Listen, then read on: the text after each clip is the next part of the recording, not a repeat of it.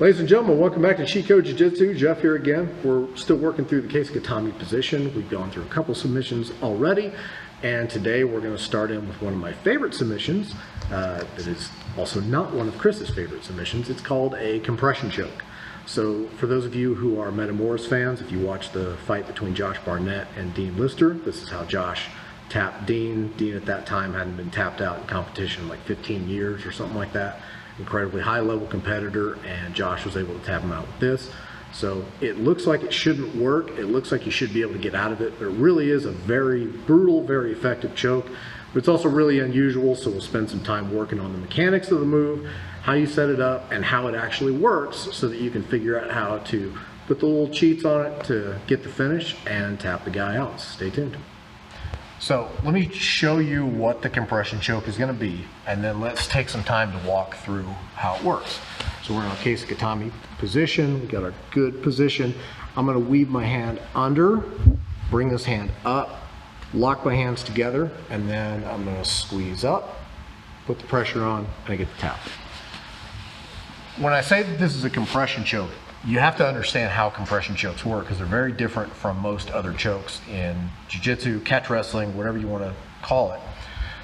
We usually break chokes up into air chokes and blood chokes, or strangles is what they actually are. Air chokes, I'm compressing somehow the trachea so that you can't get air in and out, and that's how you tap out. For a blood choke, I'm putting the pressure on the carotid arteries of the neck, pinching those off so that blood is no longer flowing into the brain, and that's how you go out. Compression chokes works differently because I'm not attacking your neck at all. The way that this is going to work is I'm putting pressure on the lungs, and I'm attacking the lungs directly.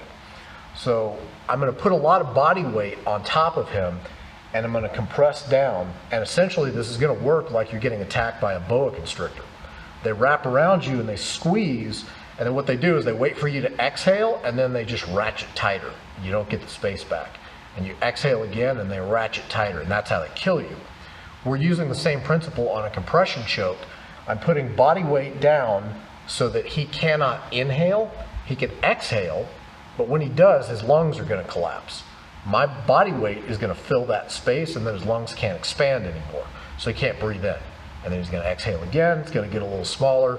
So these take a while to work, but when you do them correctly, they're really effective, and especially if you can do them from a position like Kesa Gatame, which is a really good control and pinning position. I can hold him down for the length of time that it takes to make this work. So what's gonna happen here is a combination of compression and folding of the lungs is what's gonna make this choke actually work. So let's go into the Kesa Gatame position.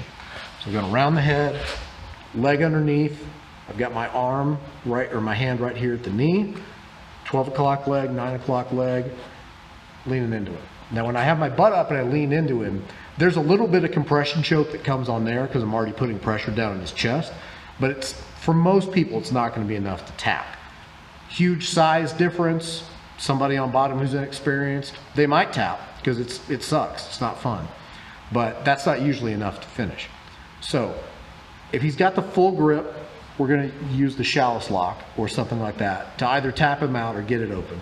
But once it comes free, I can bring my hand back. Again, I don't want to go way far back and create that gap because that's where a cross wrist comes in and bad things happen. I'm going to retract and I'm going to go under, and I'm swimming under at the elbow to bring my hand out on the other side and then push that across. I don't want to take this all the way across. Watch our next video. I'm going to show you some options from there. But I want to push it out and across and then put a grip together on my hands. From here, this is where the folding part comes in. Obviously I would be up off of my butt. I'm trying to be nice to Chris for now.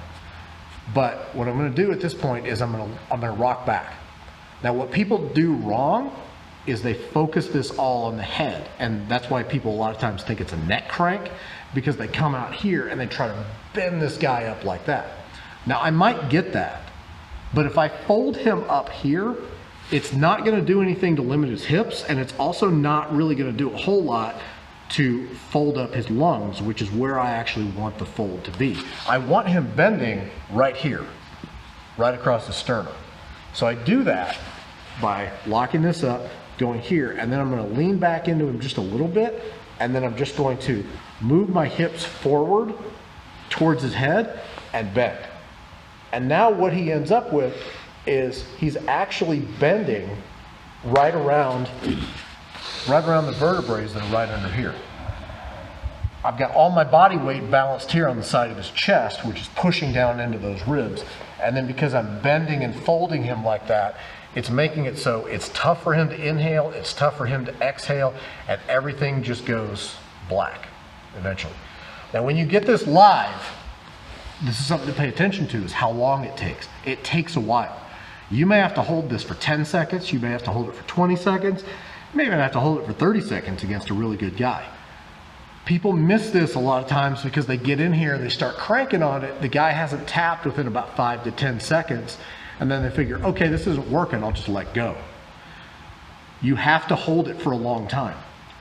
Usually when you know that this is working well is when you start going into it, and at first the guy's not doing anything, and then suddenly he realizes that he can't breathe, and he starts thrashing, and he starts moving, and he's pushing your face, and he's doing anything that he can to get out. But he doesn't really have a good escape at this point. I'm underneath of his elbow, so he can't just slide his elbow out. I'm underneath of his head, pulling it up, so it makes it very difficult for him to bridge. And then of course we went over the escape where you push back and then throw the leg up over the head. That works super well, except when your chest is being compressed. It's very difficult to throw your hips up and your leg up when you have a lot of compression going on in the top part of your spine. So it really shuts down a lot of the escapes. So, Kesa Gatame, swim at the elbow, put the grip together. 12 o'clock leg, 9 o'clock leg, scoot the hips in and elevate and pinch.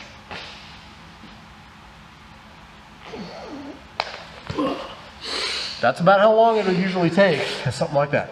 You can tell this is no fun to have, but Barnett caught Lister in this like 19 minutes and 15 seconds into a 20-minute match. Dean hadn't been tapped in 15 years, and he cooked him with it. It took him like 30 seconds, but even with only like 15 seconds left on the clock, Lister had to tap. That shows you right there how effective this could be if you do it.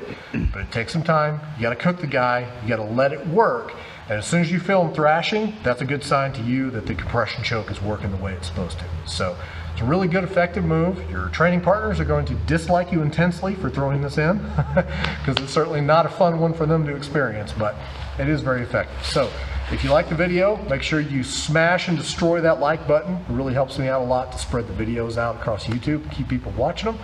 Subscribe to the channel, turn on notifications so you can get a notification every time we upload a new video, and we'll see you guys in the next one. Thanks.